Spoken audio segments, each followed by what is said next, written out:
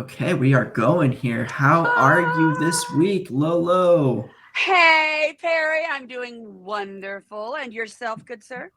Doing well, doing well. Welcome to our wonderful audience as well, who is joining us on this fine. Uh, I guess we're doing a sort of a bi-weekly event here with this particular section. We're going to be covering both sections of the Isaiah chapters this week, so that way we can do something fun and interesting. If you saw our community post about this, I found that going through the Isaiah chapters was fun, Yeah, but also there's no real reason to break it up the way that the manual has it broken up. So yeah. let's use this opportunity to talk about something fun next week and a wonderful live stream. So watch for some details that will be coming out on that. Um, yeah. Before we I get agree with going that. though, before we get Sorry. going, Lolo, is there anything you want to share with the fine people? Anything? Yeah. I want to share with you guys. I had a very exciting experience this last week, being fresh from Mormonism. I tried coffee, and while talking to Perry, he said, "Oh man, I love cold brew." I don't know what these words mean.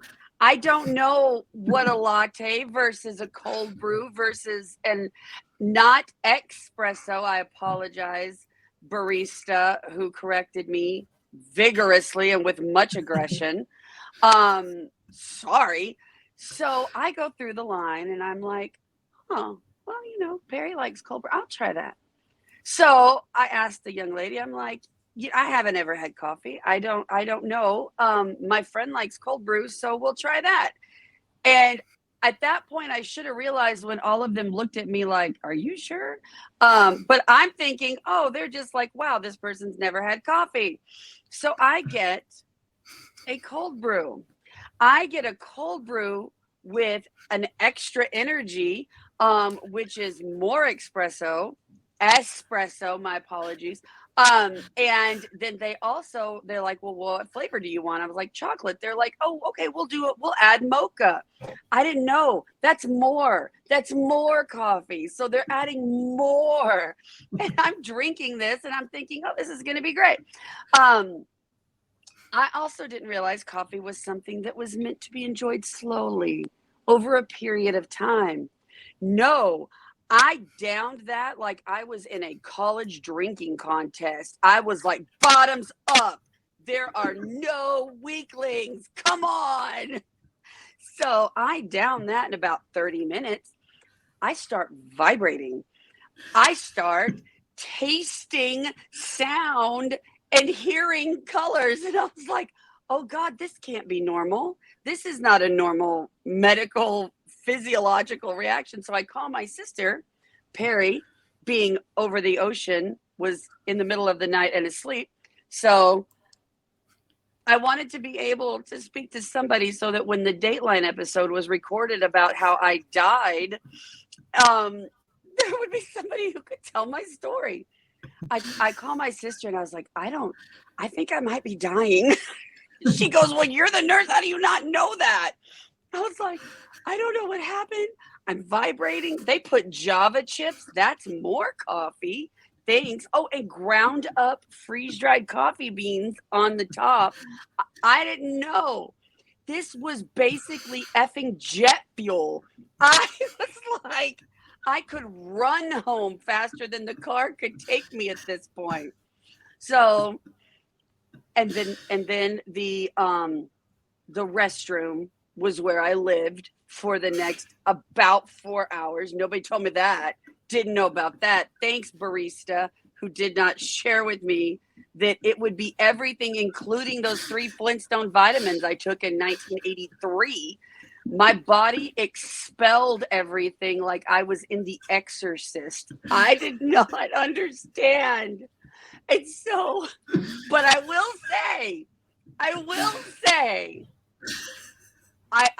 will not share what company I work for, but I do sell cars for a living. I sold 8 cars in one day. So My boss was like, I don't know what you're doing different, but keep it up. I was like, no, today will never happen again. This was a one-time experience. Enjoy it. It is never going to happen again. So anyway, that was super fun. Coffee's fun. That's amazing. So yeah, don't start with cold brew, folks. Don't. Yeah. You know, any newbie coffee virgins, don't do it, friends. Don't. I think it was Exmo Lex who actually did like a pretty lengthy video on starting into coffee in the Ex Mormon space, and I would shout out to that. If only I had watched it. I was like, I'm going to save gas because I'm going to get out and push the car home. I have all of the energy. I'm like, am I going blind? Everything is double vision. It's terrifying. But also, I will say, as far as taste, it was really good. 2 thumbs up. I mean, they did dress that very well, honestly. Like what you described, I do imagine would taste great. It was so good with the Java chips that base. I mean, it tasted like a milkshake, guys. It was not my fault. There was false advertising all over that cup. It tasted like a milkshake, so I drank it as such, and then I began to vibrate and entered a different dimension for a solid hour. It was so fun. If you've seen the Futurama episode with the tax return, where Fry uses his to drink 100 cups of coffee. Yes. That's that was my experience. Fry, I feel you, man. Yeah, we're right here together. Whew, yeah, that beats any of my most exciting stories with coffee. That's what I did this week. I time traveled. Yeah, it's hilarious. So I will share that I read a book or listened to the audiobook rather over this weekend that I really enjoyed this book, and I think that people in our audience might also enjoy it. It's called Eli Harpo's Guide to Adventures to the Afterlife. Eli Harpo's Adventures to the Afterlife, and it deals with a kid who had a near-death experience. So it's fiction. But he has a near-death experience and a minister father who then writes like a Heaven is for Real style book. And he begins to kind of like years and years later begins to doubt like kind of the authenticity of that experience a little bit for various reasons. But not the least of which is because he has erotic dreams about Jesus. I mean, if you've ever seen some of those rosaries, so the man has a swimmer's body. On my mission, some of the elders refer to nocturnal emissions as tender mercies from the Lord, and yeah. So Eli Harpo over here is having tender mercies from the Lord with the Lord. Let Jesus come in. Let Jesus come into you. all those Christian billboards, by the way, about that need to have a teenager read them before they get posted. I know, right? Anyway, yeah. So I do recommend just like so Eli Harpo's. It dealt with some like really heavy themes about death, homophobia, religious trauma, abuse, like all of this stuff. Like it deals with these themes, but it's never overly burdensome. And so I would highly recommend that one for folks. A new read. I do anticipate that because of the subject matter, it will end up on challenge book lists. I'm sure. So, you know, it's a good one to get ahead of on this point so we can yell at conservatives at town halls. It's my favorite activity. Right. All right. Let's go ahead and actually get into the meat of this particular section. I think, though, that this makes for just quality coffee-related content. So. You know what? I hope that my harrowing story will be a warning to those so they don't make the same mistake. We'll become an Exmo coffee podcast in 2025. Exactly. All right. The Isaiah chapters. So why even do the Isaiah chapters at all? Why are these even here? I imagine that if you're following this series, you've also been watching Mormon Sunday School with Radio Free Mormon, and so you've probably already heard his spiel about this section and how it just really doesn't fit. And it is odd. Well, you and I were talking about that in the pregame, just like, Right. why? What happened? Right. Like, so when I approach like the construction of the Book of Mormon overall and like why it's here, like we talked about the faithful narrative, and in the faithful narrative, like why is this here? The plates are small, there's not a whole lot of room, and we're already going to get the Isaiah chapters from the Old Testament. There's nothing in these chapters that significantly alters the text in such a way as to restore like plain and precious truths or anything along those lines. So why have them here? Right. And then from some of the more critical perspectives, from like an automatic writing perspective, like I have suggested maybe a good explanation for where it comes from, and so far you haven't disagreed with me too much on that. Yeah. From that perspective, like this is odd. It's a weird inclusion. Now, from the kind of going with the faithful perspective for a little bit here, Nephi in the text does seem to have a position that Isaiah is testifying of Jesus. And that's what he mentions in 2 Nephi 11, 2 through 4. And then all the way at the end in in 2 Nephi 25, he ties this into the Nephites and how they testify of Christ and they rejoice in Christ and all of those things. So I think that narratively speaking, there's a bit of a bookend here, but then there are 13 chapters of Isaiah that are just basically plagiarized in. Yeah. Like why these chapters?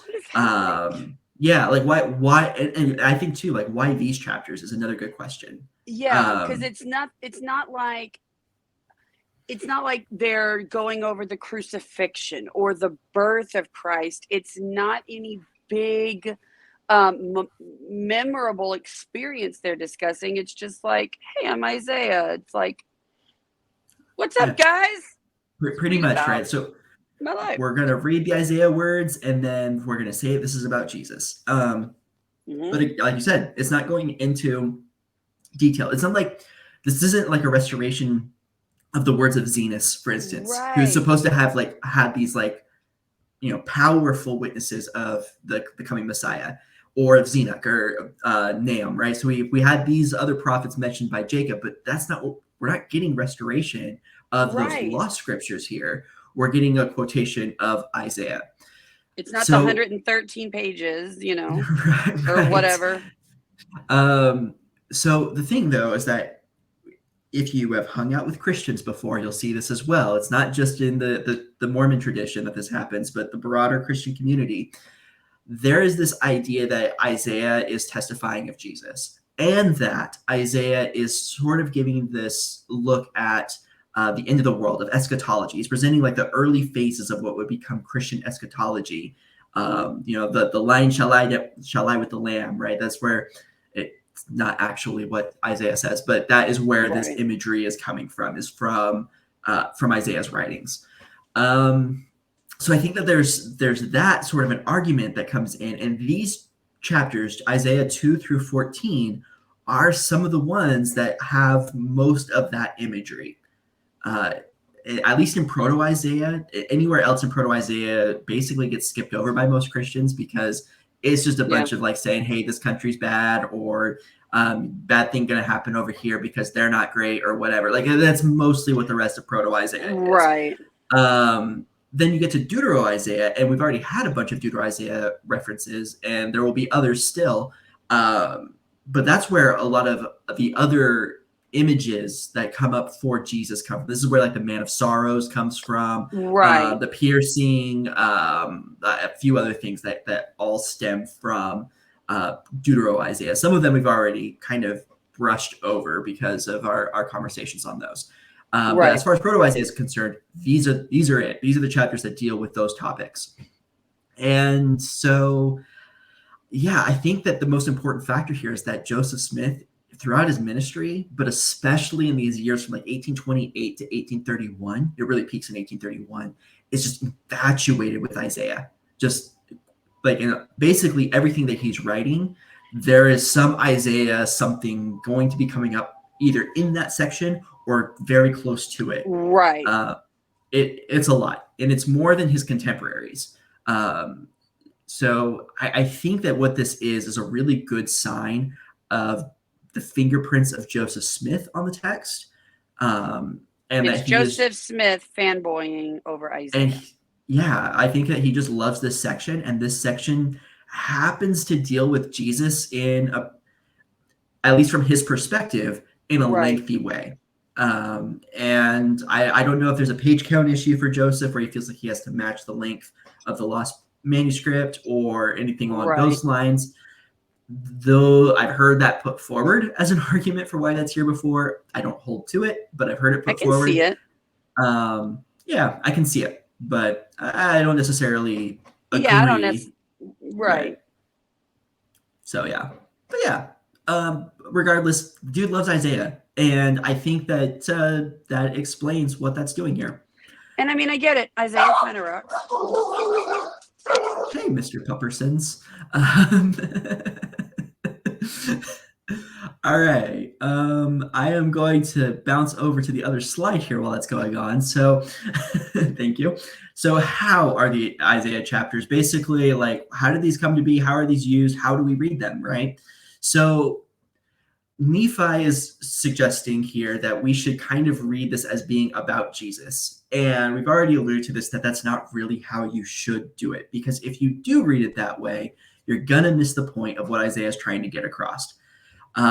This is not Isaiah trying to write some sort of like crazy, intricate, super involved Christopher Nolan movie or anything like Right. that here. This is a guy who is sitting in the king's court for serving the function of a prophet, of a sage, right? And Mm-hmm. he is giving prophecy or revelation related to his time and place, which is 2,700 years. So sorry, that's about 700 years before Jesus. It's 2,700 Right. years before today. He's not writing about us. He does Right. not. He He has, yeah, not on his radar.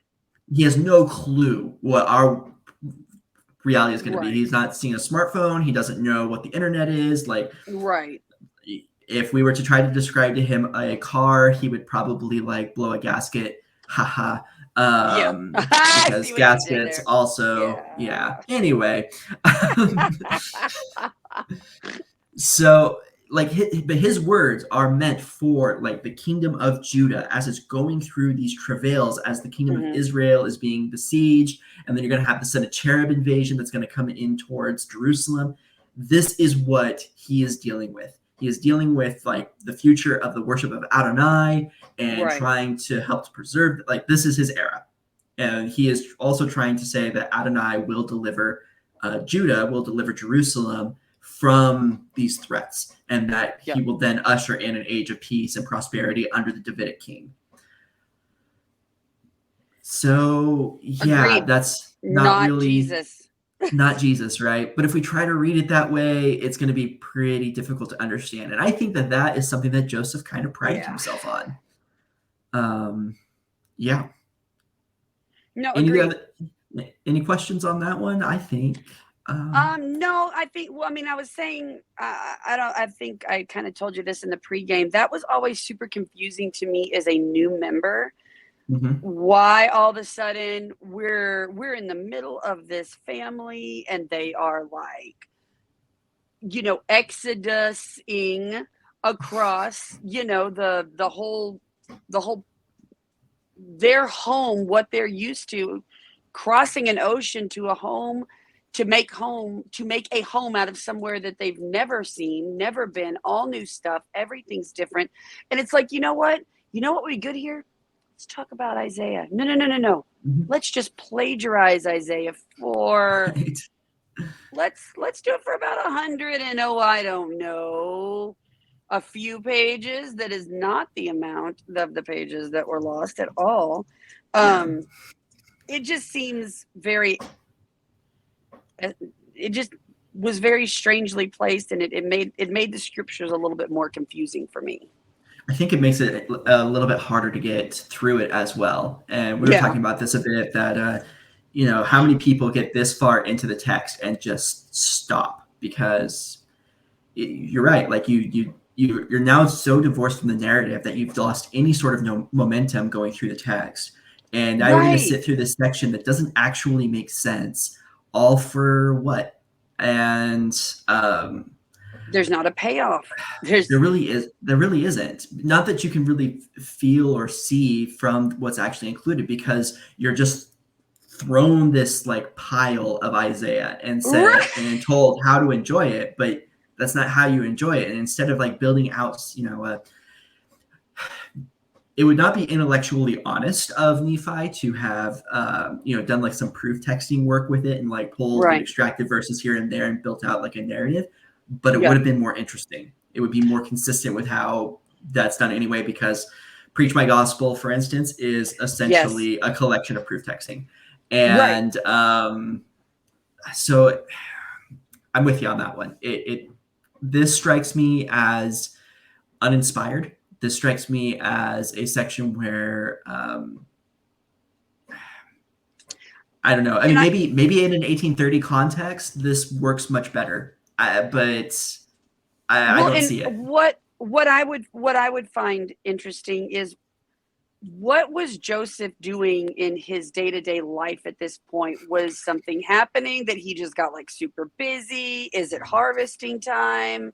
Like, what is happening in his world that is making it this is a clip show kind of it's like, okay, well, we don't have time to write or film.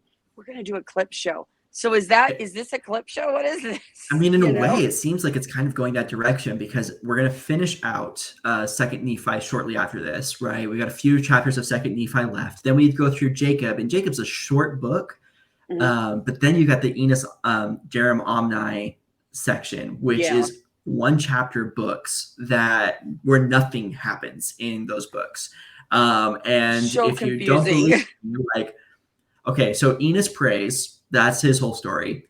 What happens in Jerem? Does anybody remember what happens in Jerem? Of course you don't remember what happens in Jerem. Unless you just read Jerem, you don't remember what happens in Jerem. Even if you just read Jerem, you don't know what happens Omni, the only reason why anything interesting happens in Omni is because Mosiah was already written, and now we're connecting these pieces together. Yeah. It's the only reason that anything interesting happens there at all. But it's the same thing. Like, so we are at this point where they're almost done with the work of actually writing this, and maybe he's just done. And this is, but then that gets into like trying to meet some kind of word count requirement. I don't know. Well, at this point, how close are we to Mosiah? Because we're not that far. We're because you and I had discussed the likelihood that Mosiah is where it started. So at this point, he would be getting pretty close to the end of the book if you go with the Mosiah theory. Yeah. So I think that there's a decent chance that that's contributing to this. It's odd. This whole thing is kind of a peculiar inclusion. That said, I do find Isaiah to be interesting, but I like Isaiah. But this sort of thing, this is one of the things that frustrates me. So this is actually like extracted from the Come Follow Me manual of like prophecies of Jesus. And I narrowed this down, so we only have like the good ones in here. Yeah. And most of these aren't even good. Second Nephi 16:8 is the whole like, here am I, send me thing, which like if you're in the whole broader Mormon tradition, especially on the Brighamite side where you're into all the Nauvoo stuff, right? Like this is premortal existence stuff right here. Exactly. This is Jehovah telling Elohim, hey, here am I, send me. And also Lucifer saying the same thing, and then I will send the first. Like that is what this is referencing, right? Well, no, this has nothing to do with that. Joseph just liked the language, and so the language is being used in both places. Right. But what this is Isaiah having a vision where he is seeing God, and he is seeing angels, and he's having his sins purified, and the Lord needs a work to be done, and he's like, who are we going to send to accomplish this particular work? And Isaiah volunteers for this. Yeah, the I that is in this saying, I. yo, I'm here, God. Like that is Isaiah. This is Isaiah 6:8. In context, it is Isaiah that is the Yeah, subject of that particular section. It is his vision. agreed. Second Nephi 17:14, which correlates to Isaiah 7:14.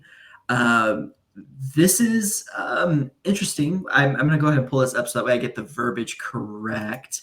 Um, it's interesting because this shows up in Christianity so often, and it is such an incorrect interpretation. And this will be the first of many times where we say, "Hey, watch the various Dan McClellan videos," and Right. I think like a bunch of other scholars that have talked about this. This is so like covered in scholarship, it's ridiculous. But anyway, so this is where you get the therefore the Lord himself shall give you a sign. Behold, a virgin shall conceive and shall bear a son and shall call his name Emmanuel. This is supposed to be about Jesus, right? This is a virgin conceiving a child. This is this is a virgin birth, right? Who else could this possibly be talking about, right? Who else was born of a virgin? Well, problem the first. The virgin, that word virgin comes from the Hebrew word alma. And if I'm just butchering the pronunciation on that, I'm sorry. I don't actually speak biblical Hebrew or modern Hebrew or English. Clearly with that sentence. I'm just saying, I barely speak English. Well, it was a fair dig at me too. If you were intended that, you could have gone with that at that point. It would have been completely warranted. But yeah, so a virgin shall conceive, an alma shall conceive. Alma is better translated to like a young maiden. It doesn't mean not a virgin. It just doesn't mean virgin as such. Virgin. There are other words to signify a virgin if that was what was intended. Yeah. So that's problem the first. Problem the second is that there is nothing about this that actually has to do with Jesus. Like butter and honey he shall eat so that he may know to refuse the evil and to choose the good. So like, did Jesus need to eat butter and honey in order to understand that? Right. Like I feel like or Jesus is he God? Right. What this is talking about actually is you have King Ahaz who is sitting down with Isaiah and he is basically being challenged to ask the Lord for a sign. He refuses to do it. And then Isaiah says, well, the Lord's going to give you a sign anyway. And this is what the sign is. And there's already this maiden over here, and she already is going to have this child, and it's going to happen. And then before he is even old enough to get beyond the point of eating butter and honey, all of this other stuff is going to happen. That's what is going on here. Right. This doesn't have anything to do with Jesus. It's all very much located in the time and the place. And if you continue to kind of read through the chapter, it gets a lot more obvious that that's what's going on, because this child that's described does not get even old enough to be the Jesus that we're considering. Yeah. Let's see here. Is it even worth talking about 8, 14, and 15? I mean, not really. Yes, more of the same, basically. So this is one of those where it's this is an attribute of Jesus, but it's not talking about that at all. So Jesus is not the only person with said attribute. That said, so 2 Nephi 18 or Isaiah 8 does have the Mahershala Hashbaz section, which is just fantastic and one of my favorite sections to read as a result of that. So agreed. Okay, let's talk about the good one. This one bugged me because when I was going through my study on this, it was hard to find decent resources to actually talk about this section. And sorry, I got really excited, but I have slides on this later. I'm gonna hold that. I'm gonna hold 19:6 hostage for just a second here because I have slides coming up. Let's see. That's okay, because this entire section held us hostage through how many young men and young women? Oh my gosh! Sunday school classes. So I can hold that verse back. All right. So 2 Nephi 21, verses 1 through 5. This is the rod of the stem of Jesse, a branch growing out of the roots. Okay. Yeah. So again, these passages are dealing with the Davidic king. So I think they try to make the stem of Jesse as being like a reference to Israel overall, Yeah. but Jesse is the father of David, right? King David's, Hmm. and so like the Davidic line comes through Jesse, and so this idea of like you yeah, it's all founded in like the Davidic king and the role that Yeah. that is going to play in The this, and line. you've got this broader context of the Neo-Assyrian conquest of the kingdom of Israel, the Sennacherib invasion into Jerusalem or towards Jerusalem, the Mhm. Babylonian incursions. You've got the Egyptian incursions the other direction. Like this is a really turbulent time in Israel, and so Yeah. there's this prophecy of When is there not a or the turbulent state. time in Israel? Yeah, sorry, that was your very fair point. Just saying. I'm not This laughing is about yeah the war. yeah I'm this just is This not is, at laughing. least for the time, one of those unusually complicated periods where multiple Fair, fair, empires are fair, coming fair, fair. together in the region. Um, yeah, for the time. Um, but sorry, yeah. So this is basically in reference to the strength of Davidic king and ultimately the peace that Adonai would bring to the region as a result of the righteousness of the Davidic king standing up for Adonai and being empowered by his strength. Okay. This is not some meridian of time prophecy of Jesus of Nazareth reassuming the title of the Davidic line, but then not actually sitting on the throne, right? Okay. So like the idea of like Jesus as the this is part of the reason why Matthew goes through so much trouble to make Jesus a descendant of David is so that way he Yeah. can have this whole thing work. Have the The idea, line be right? there. And the idea that the Messiah would be a descendant of, or would be an heir to the Davidic throne, is completely consistent as well. Like that's one of those things that was generally expected in Judaism for these sorts of reasons. But like he's supposed to take that throne. The reason why Jesus is crucified is because he's an insurrectionist, as far Right. or a seditionist as far as the Roman authority is concerned. And the reason why he's considered that is because he considered himself the king of the Jews. And the way that that is portrayed is in him being called the Messiah. This is why like all that stuff happens the way that it does as far as the gospel accounts can be considered historical on Right. that point. Man, this was such a game changer when I historically learned this. And I think it was you that had kind of helped me understand this a little bit more because it was always super confusing to me. It's like, why, if they don't believe him that he's God's son, why are they going to all the trouble of trying and killing some religious nut who thinks he's a prophet or the son of God? You know, if you're wanting to look at it from that point of view, they don't really teach us, or at least in my experience, I was not ever really taught the importance of the fact that he was in the Davidic line. Or at least claimed as such. Yeah. Right, exactly. Like that Right. being such a big deal, I was like, okay, so cool. He's related to a king. Rad. I'm Right. related to Abraham Lincoln, so maybe Right. I'm maybe I'm God's son, you know. But it just didn't make sense to me. And historically speaking, this was the big game changer for me with the scriptures. Yeah, I mean, this is a really important point in understanding the New Testament and what the New Testament authors are trying to accomplish as well. And I think it's useful from that perspective to study this Yeah. for the impact that it has on the New Testament authors, while also retaining the knowledge that that's not what Isaiah intended with the text. Right. Um, that is actually a good point, I think, to mention that like there's a common apologetic in Christianity. In fact, I was watching an Inspiring Philosophy video this last week and kind of got into the comments on that. Inspiring Philosophy is I think he's an evangelical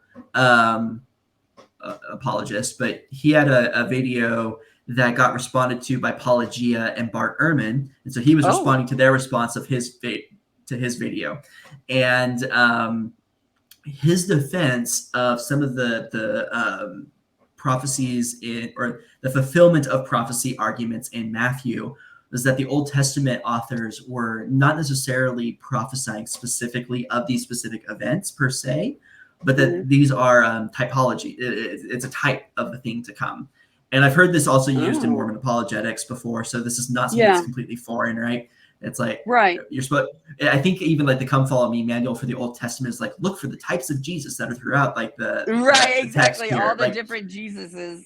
This is the way you're supposed to read it, right? Is as everything is a type that points to the eventual coming of Jesus Christ. And while I find that interesting as a defense for these specific passages, it fails to actually present like good criteria for like why we are picking those passages, or why are we not looking at other ones. So if Jesus were, we talked about this a little bit in the pregame, if Jesus were only 98% successful as a Messiah, but was thus a failed Messiah, because a successful Messiah has to be 100% successful. 100%. Right? It's all or nothing, really, but he's only 98%. And the way that we are like assessing his quality as a Messiah is based off of this typology that we're pulling from the Old Testament. Well, how would we discover that 2% that he is wrong on, that he's missing? Like, how would we know that? What tools are we using for doing that? That's one of the things that drives me nuts about this, is that it just boils down to special pleading. Oh, I like that it says a virgin shall conceive and bear a son and shall call his name Emmanuel. So I'm going to use that in my Jesus story. Yes. Right? It's I like that. Picking and choosing. That's all that it is. It's special pleading, right? You know, if, again, brought it up in the pregame, but find a way to make Genesis 38, I think it's 38, work as a type of Christ, right? Like, find a way to make that work for like a type for the eschatology, for the end of the world. Tell me how the story of the sons of Jacob getting revenge on their sisters assaulter by having them be circumcised and then waiting until like the third day of their recovery to sneak in and murder them all is somehow a type for the future. I mean, does it have to do with Jesus because it says on the third day, and we know that Jesus rose on the third day, and so that's like him like murdering circumcised death? I don't know. It doesn't make sense to say that. Okay, so my brother watches our podcast. I ain't even sorry about the story I'm fixing to tell. So my brother decided when he was, I think, 16 or 17, that he wanted to get circumcised because that's a decision that one makes, I guess. Being sans circumcising equipment, I don't have a reference point. But yeah, he was really sick as a baby, so infant circumcision was not an option. So I got a hair in my mouth. So he decided when he was like 16 or 17 that he wanted to do that. He learned something in health class and was like, I'm doing this. Great choice, whatever. So when I was 16 or 17, I was trying to figure out how to make more money at Six Flags. I didn't have such big decisions. So he gets circumcised, and I'm the oldest. There's a brother that is in between, and then Captain Circumcision is the youngest. So we used to, let me tell you how this boy lived on the couch for a week. And my other brother and I would do things like slap him in the back of the head, and you don't even have to run. You can just briskly walk away from him. He can't catch you. I mean, during the recovery process, you were safe. So I'm teaching Institute, and we're going over this part in Institute class. And all I can think about is my brother trying to waddle to the kitchen with a bag of frozen peas in his pants. So, and I'm just like, oh, guys, that was mean. What? You couldn't even let him get better. Come on. That's rude. Sorry, Charlie. I think that is one of the great parts of that story, though, is that they wait just long enough. Guys, come on. But and then there is just the line in the text in the KJV. It says, "And they were still exceedingly sore." And I just, it's one of my favorite chapters in the Bible just for that reason. It's hilarious. I mean, it's horrible, but also it's hilarious. And so, but I Being on don't see this what, side of it, hilarious is the yeah, correct yes. yeah. But I don't see what it has to do with Jesus, you know? And Um, if you're gonna murder somebody who was recently circumcised, wait till the third day. So saith the Lord. I guess is that the level of argumentation we're going with here? And that is the problem with Yes, this, right? It's like yes, you can then that is type this the to be whatever you want it to be. You're just making special pleading for the needing to meet this particular. Anyway, it privileges a certain text or certain parts of the text, and that's what we see here. These prophecies, right? So yeah. we've got these prophecies that are all listed here. These are all extracted out of their context. We're going to make this like case for why these particular passages from Isaiah have to do with Jesus when the surrounding context doesn't. Right. And yeah, drives me nuts. Don't listen to apologists on how to read Isaiah. That's what I'm going with.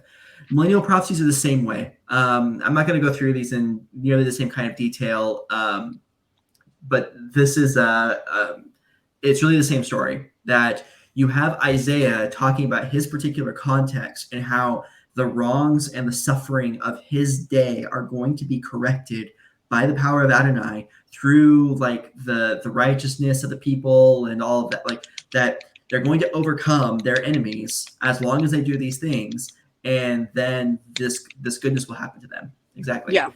But that it doesn't have anything to do with like the year 2000 or after, No, right? and Like, you have to stretch so hard to make, and boy, do they. But mm-hmm. I mean, yeah. Yeah. It's not an eschatology about our time. Like No. it is eschatological. Like to be clear, like this text Agreed. does have to do with like end times type stuff because Right. every generation thinks that their generation is the last generation. Of course. And that's what's going on here to some extent.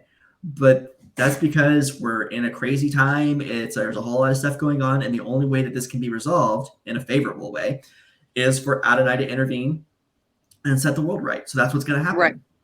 Clearly. Yeah.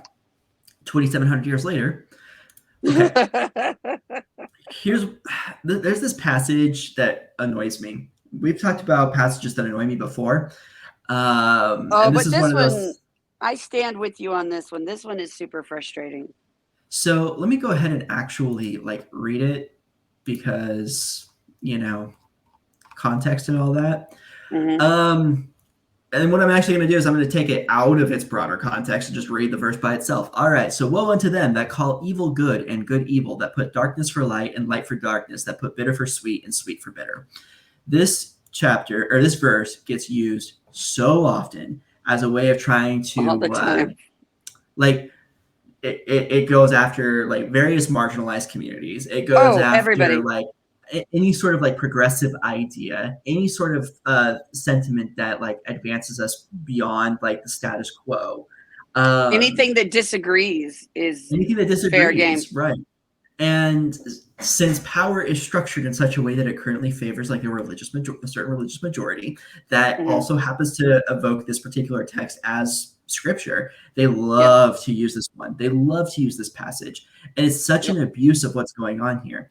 Like, okay, take your favorite issue. How do you know that what your side of it is the good side on it? What if you are the one that is calling good evil and evil good? Yeah. Like you've got to be able to like justify these particular statements, and most people who try to dive into that will then do some sort of like hemming and hawing their way through how to justify some sort of like, oh well, this is the way it always was or something like that. Well, what if the way that it always was evil?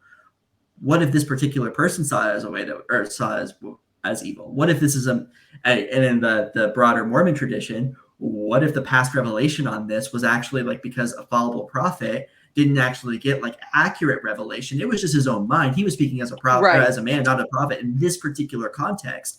And so this is an error. And y'all have just been sitting around calling this thing that this prophet was an error on good when actually it's evil, or vice versa. It was evil. Yeah. Like I was what? How? watching. Oh, I'm sorry. Go ahead. No, no, please.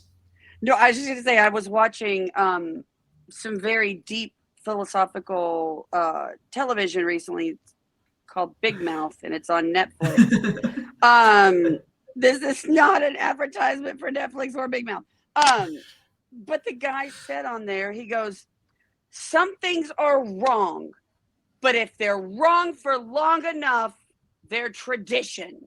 And I was like, "Oh, that's actually really quite deep." That is surprisingly insightful for that I show. really Um, was. It was. there's something to be said for that, right? Like we'll get into this with some other stuff. This is Thank going you, to Nick. Thank you, Nick Kroll, for helping me in my religious journey. right. So we're going to come back to this particular idea, I think, in a pretty big way in our live stream at the end of the month, and we'll probably talk about it in our live stream next week as well. But this idea gets weaponized a lot, and I'm sorry, but there have been plenty of people who are on that side of weaponizing this particular passage who have clearly been wrong. Oh, clearly and obviously wrong. Jim Jones? I mean, where do we start? Spencer Kimball's usually where I like to start, but we can come back to that later. No, that's Boyd accurate. Packer.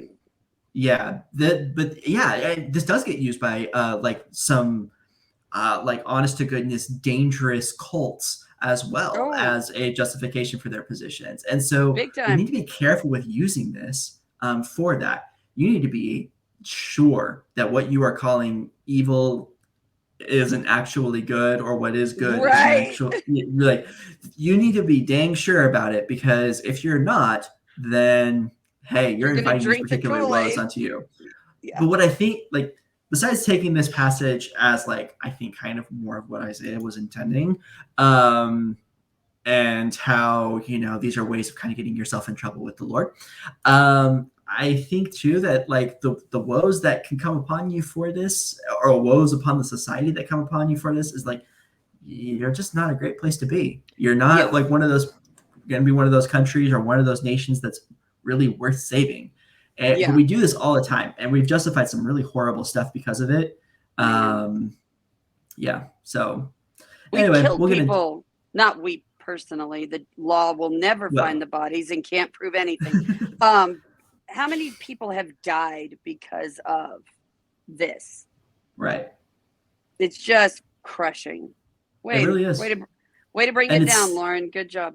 It's still ongoing. And this remains a polemic and a dog whistle that gets used for justifying some really bad ideas. Because instead of actually looking at like, hey, maybe I was wrong in calling this, maybe if I am now the one who doesn't change on this, then the woes are upon me. It's a way of externalizing that. That's, I think, actually the real issue with this, is the externalization. If you internalized it, if you were to say, hey, am I justified in this? Am I good? Then you're just doing good, you know, humanistic practices, right? Internalizing this and saying, am I calling something evil good? Am I calling something good evil? Like, that is worth doing. That is an exploration that's worth having. Please do it. Yes. But don't externalize it. Don't push that away onto other people. That's dangerous. I would say, like, every time. Make sure that you can actually defend a certain moral position without just leaning. If you have to resort to this to defend your moral position, you're clearly in the wrong. You're wrong. Yep. Agreed. Okay. I think I've said enough on that. Is there anything you want to add before? Okay. Racism and homophobics suck. Yeah. I'll add transphobes to that as well. Y'all need to get right with Jesus. Right. You're calling good stuff bad. You know, you are doing this. It just frustrates me, and then I can't. Yep. Yeah. I would say that like a lot of that tradition right now is just embroiled in this, it's everywhere, in doing this particular action because they are pushing it outwards, not actually like examining it internally.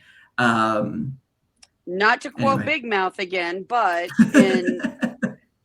there's an episode with Jesus, and Jesus is like, I don't even know these people. I don't know what they're talking about. I don't feel like that, y'all. I don't know what they mean. And I just imagine that, like, literal Jesus probably feels a little bit of the same way. Like, I don't even know Many these shall people. many shall come up to me in that day and shall say, Lord, Lord, did we not profess thy name? And I shall say, I never knew thee. Depart from me, thou that do, yeah, I would workers like of to quote wickedness. Yeah. Mariah Carey. I think she was pretty eloquent when she said, I don't know her. There you go. You don't know me. You don't know her. That's right. Jesus isn't going to know you either, Captain Yep. KKK and all you people. Yep. Okay. So as far as like the come follow me manual is concerned, they subtitle this particular section, at least part one of this section, as his name shall be called ... the Prince of Peace. And this is part of the way that they're kind of removing stuff or moving context around a little bit. Yeah. I find that they are emphasizing this at the beginning of a chapter that's going to be talking all about Jesus. Also, like in terms of like the manual, the chapter of the manual is talking all about Jesus. Isaiah is not. But they are going to try to and parse out and remove as much context as possible to make that work. And I don't know. I found it entertaining to see his name shall be called ... the Prince of Peace when there's a lot in between Prince of Peace and his name shall be called. So, but let's actually talk about like 9:6 or 19:6 in the Book of Mormon. So the full verse there is, for unto us a child is born, unto us a son is given, and the government shall be upon his shoulder, and his name shall be called Wonderful Counselor, the Mighty God, the Everlasting Father, the Prince of Peace. So I had a mission. That's more mission stories, right? So I had a mission companion who would say like "wonderful" like all the time. They would just be like "wonderful," and I would always respond "counselor," and just in reference to this verse because we were nerds. Do I know this one? Do I know this companion? I think I carried on the joke beyond that, and so you probably heard it again because I heard the joke, but I don't think I met the companion. You didn't meet the companion. This was like early in my mission where gotcha. that started. But I kept it going for a while. Okay, now here's the problem with that, because like the very next verse is, of the increase of government and peace there is no end upon the throne of David and upon his kingdom, to order it and to establish it with judgment and with justice from henceforth and forever. The zeal of the Lord of hosts will perform this. Like this is talking about somebody who's going to be sitting upon the Davidic throne again. Right. And in its context, again, looking at the actual historical context of who Isaiah is friggin' talking to this whole time, this is most likely talking about Hezekiah. It's definitely talking about a Davidic king, most likely Hezekiah. And the intention of this, again, in this very turbulent time, in this, where you're being incurred upon by multiple different, in all different directions, and everything's going crazy and nuts. Yeah. Hey, there's going to be this child. His name's going to be, he's born to us, and this is what he's going to be for us. And it's going to be this wonderful thing that's going to happen. And the Lord of hosts is going to make sure that all this takes place. Yep. Obviously. Clear. Yep. This one, I will say, because of the Christian context I was brought up in, I had a very hard time actually finding good sources on this, very, very good information, because if you type in something about the commentary on Isaiah chapter 9, you're going to be inundated with Christian propaganda and apologists who are making the argument that this is talking about Jesus, because Handel really popularized this as a section for talking about Jesus. And, I get it. But this is not about that at all. And there's such a lack of, in Christianity as a whole, historicity and historical settings are not something that's ever really discussed. It's not encouraged to look into it. So the average Jane or John Q Christian, they're not going to be able to look at this and have that historical perspective to be able to understand what the scriptures are actually saying. And it's such a habit or to be a good Christian, you must remain uneducated. In a lot of ways. Yeah, this is where the Satan's Guide to the Bible was just so, it was so cutting, it was so biting because Yeah. of the way that it got into that. And highly recommend that video as well for folks who haven't seen it. Mm-hmm. It does a great job talking about that particular mode of thinking and how Yeah. if you go in and you actually get educated on this stuff, that doesn't mean you'll stop believing per se, but there's a reason why, Yeah. like going to seminary, for instance. And I'm talking about like the evangelical use of the word seminary, not the Mormon use of the word seminary. Okay, I was gonna say like early morning Yeah, seminary. but What are we talking why about? going to seminary ends up being so destructive for faith for so many people, Yeah. because you learn about this stuff and it's like something was hidden from you. And so Yeah. rather than building your theology and your religion around these true ideas that are always present, you are taught one way of looking at it Yep. without all this context, and you build up that whole structure around that idea without lacking all that context, and then you get introduced these other ideas and they Yep. conflict, and it's very, very difficult to then try and meld them together.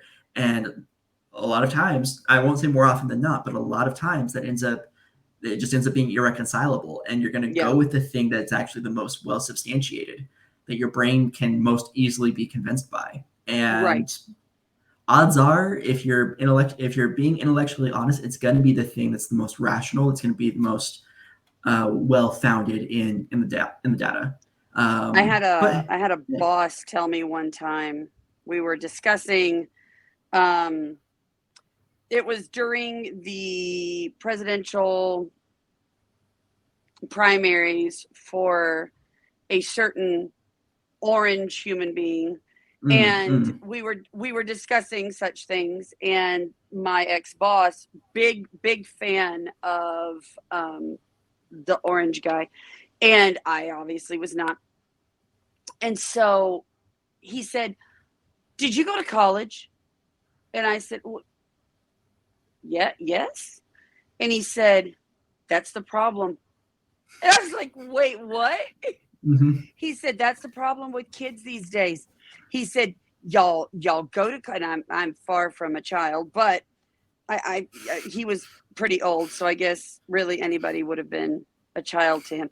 So he said, you kids, you go to college and you think you learn all this stuff, and then you decide you don't need God and you don't need good old conservative values. And I said, "Are you making the argument that going to college makes people too smart to be able to be a good Christian or a good conservative?" And he said, "Yes, exactly." And I was like, "Buddy, I am not making your point. I don't think you understand that."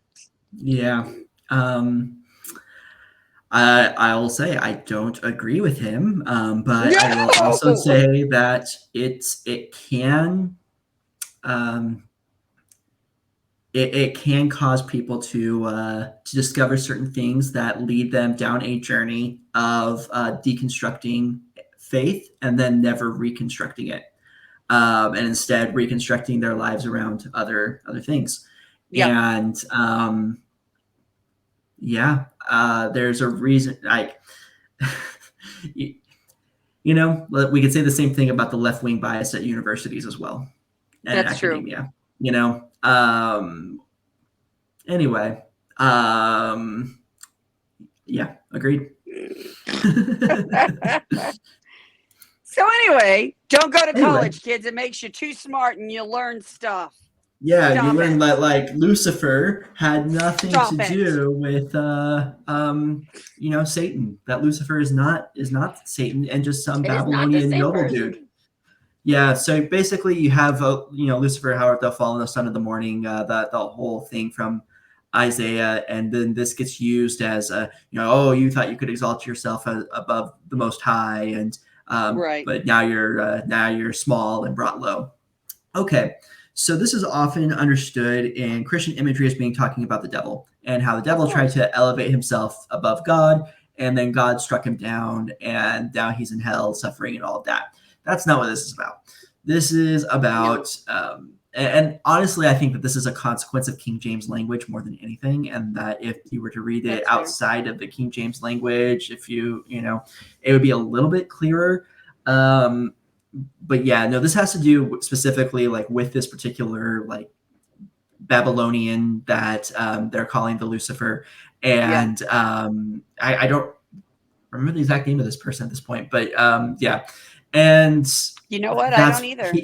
This is a dude who is trying to basically prove himself stronger than the gods, stronger than Adonai, and who sees himself as a deity, and which is common for kings at this time to kind of see themselves as having a divine mandate or even a certain bit of divinity to themselves. And then there would be this prophesied destruction. Yeah, again, this is Isaiah offering prophecy in support of the worshipers of Adonai, especially in and around Jerusalem and in Judah, and trying to get the king pointed in the direction of staying with Adonai, because this is the sort of thing that's going to happen as a blessed consequence of his righteousness. Right. Yeah, it doesn't have anything to do with the devil. None at all. And when you learn that stuff, it's game changer. Just like you said. That's all I can say. Game changer. Okay, so here's the thing. Like, Isaiah is actually like quite interesting. There's a lot of really cool history that's going on in here. You get like this like sense of just desperation as the world just seems to be collapsing around these people's ears. Like, it's just a wildly turbulent time in history, and yet you have this guy who's sitting in the king of the court, or in the court of the king, and saying like, look, if we do this, then we will be delivered. And there's this hope and this myth building that's going on at the same time with all of this, that this promise of like the deliverance of Adonai from through their righteousness, and that. But in Proto Isaiah, this hope is like, it's forward looking. It looks into the future, and like, this is the deliverance that will come, that Adonai will perform, and it will be done here, and it will be done now, and it will be done. Like, here are the various signs of all of this. Deutero Isaiah is more about comfort. It's about, hey, like, stuff sucked. Stuff was really, really bad, and I recognize that. Terrible. And like, it's a lot more of God talking and a lot less of Isaiah talking in Deutero Isaiah, for what I hope at this point in the series are obvious reasons. But the Lord is talking there, and he's making these promises. If you're unsure at this point. And he's making promises of gathering and of comforting and of reuniting Israel together as one people, and that his covenant people would be supported once again and together, that their sufferings are recognized, and all that.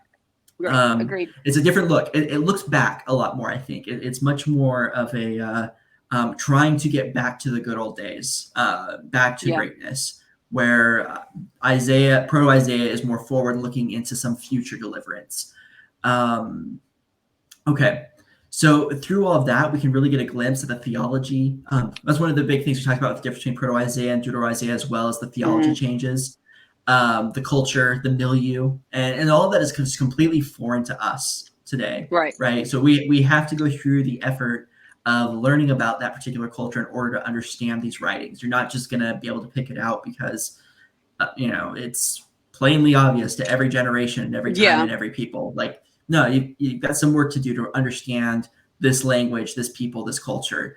And you can also get a glimpse into that through Isaiah. Isaiah helps us to understand and contextualize that more. The writings are remarkably well preserved. The Dead Sea Scrolls have actually given us like some good indications that throughout scribal history, the text has actually been well taken care of, well preserved.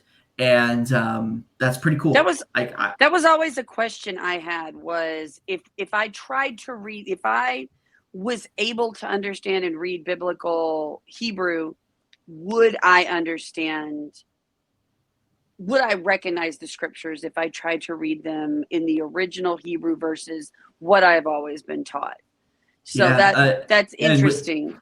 with some of them, yeah, it's probably quite a bit different. If you were to try to go to like the very, in as much as this makes sense, Right. because what is the original is a huge issue That's fair. That's for fair. That's for fair. even defining what that means. But if you were to do that with the Pentateuch, almost certainly not.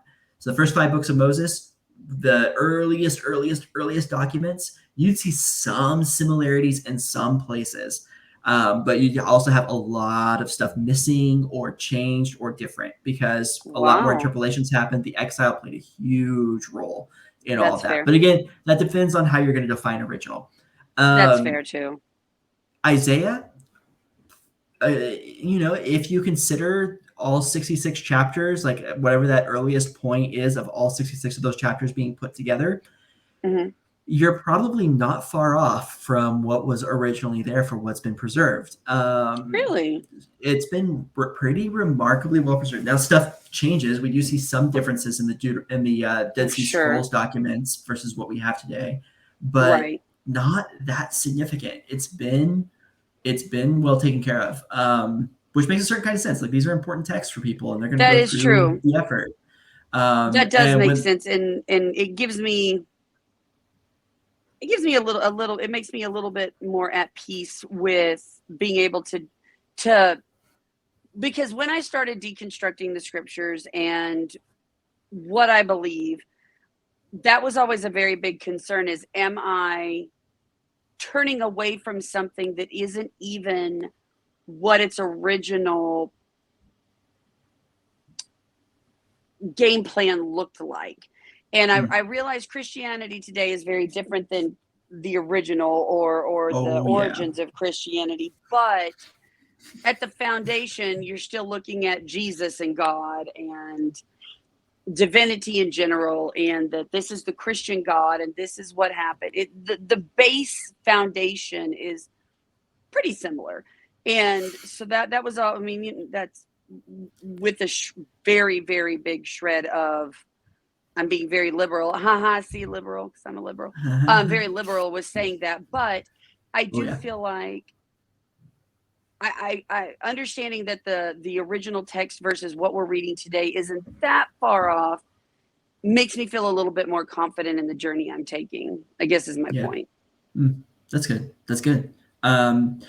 Now, again, that's in as much as we can, reconstruct what original Right. even means, right? And Exactly. Exactly. I would actually, from what I have learned about all of this, it seems that the New Testament has undergone more changes I agree with that. than Isaiah and some of the other Old Testament texts. But again, like the Pentateuch, the first five books of Moses, or the five books of Right. Moses, those, what even is an original is such a huge issue. But Yeah. if you somehow had the original versions of the four documents that are supposed to comprise the documentary hypothesis, I imagine that even those would have some significant changes because of how they'd be smushed and smashed together to create Yeah. That's the fair. current text. And that's why there are like just straight up contradictions in the Pentateuch, Yeah. where Exodus will say one thing, Leviticus will say another, and Deuteronomy will say something You'll else say something entirely. completely different. Yeah. It's yeah, that there are just some straight up contradictions in those texts for that reason, I think. But yeah, it's I think that gets to like this idea that we should just take Isaiah for what it is. Stop Yeah. imposing on it like these weird Christian ideas that have nothing to do with what's actually going on in the text. If you want to like see Jesus in that, that's fine. Like I don't have a problem with you saying like, I see the story of Jesus in the suffering servant, for instance. Like that's Right. fine. Whatever. You can do that. Take I the see inspiration is fine, yeah, but yeah, like you can do that with anything, right? It's like I see Jesus in the character of Luke Skywalker is a perfectly valid reading of Star Wars, and that's no, fine. But because saying that is accurate and that is the way it was written, Perry. but saying that like, Jesus is Luke Skywalker is going to be a problem. Oh, we're fighting. Okay, then. All right. I guess we're going to fight. I guess we're gonna fight. It happens. Yeah, like that's you can do that with these texts. It's okay. I think that is a perfectly valid thing to do, to compare these texts together and to say that you see certain features of one character in another character in another text, right? Like that's okay. But saying that, you know, the child, that the virgin that's going to conceive this child is Mary, and that child is Jesus, and so Jesus is Emmanuel, which means God with us, and all of this stuff, like, right. It's making that argument, it's not just a stretch. It's like this like clear literary device that is meant to make an argument that, hey, my apocalyptic preacher is actually the real Messiah, and you should totally worship him, and you should listen to him.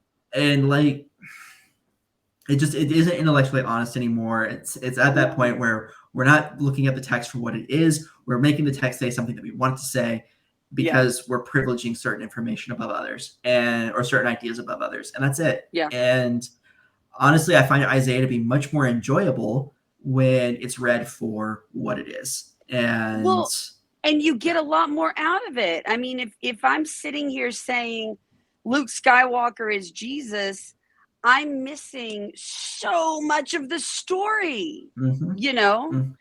And we're doing, not we, but that's what is being done with the scriptures, is we're reading it with through the lens of our preacher or our pastor or our bishop or our whatever.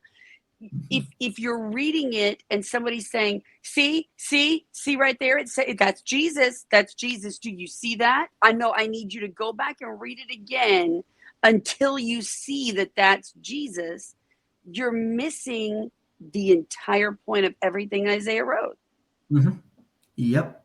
And then what kind of lessons are you missing out on that, you know, if you're wanting to learn something from the scriptures and take it as a lesson, if you're reading it through that incorrect context, why are you even bothering reading it? Why are you even bothering this entire process?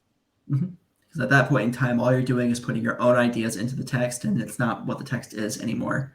You might as well go hang out with your friend Martin Harris and write some scriptures, I guess. I mean, you might as well at that point. I'm so sorry. But it would be incredibly lazy of you to then copy down the other text. Right. I mean, why would you? Why would you do that? So yeah, I think that covers it for like at least the bulk of Isaiah in the Book of Mormon. There are some other references here and there that pop in, some words that will show up, and I think Abinadi quotes Isaiah again. We'll deal with that when we get to that section. Everybody quotes Isaiah. I mean, there's a part where Jesus complains that they're not writing down enough of Isaiah. So I mean, just saying. Yeah. All right. Well, thank you so much, Lauren, for today, or Lolo for today.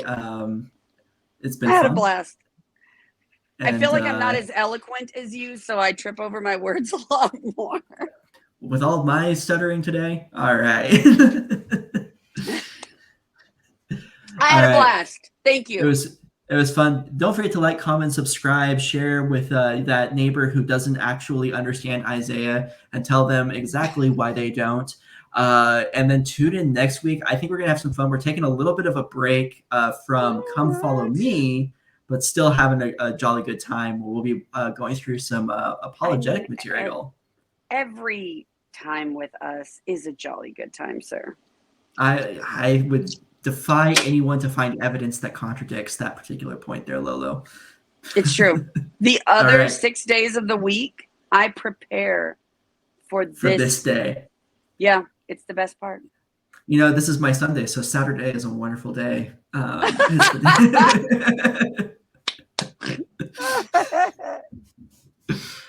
right, Lolo. Thank you so much, guys. I love you all. We'll see you next week. Mwah.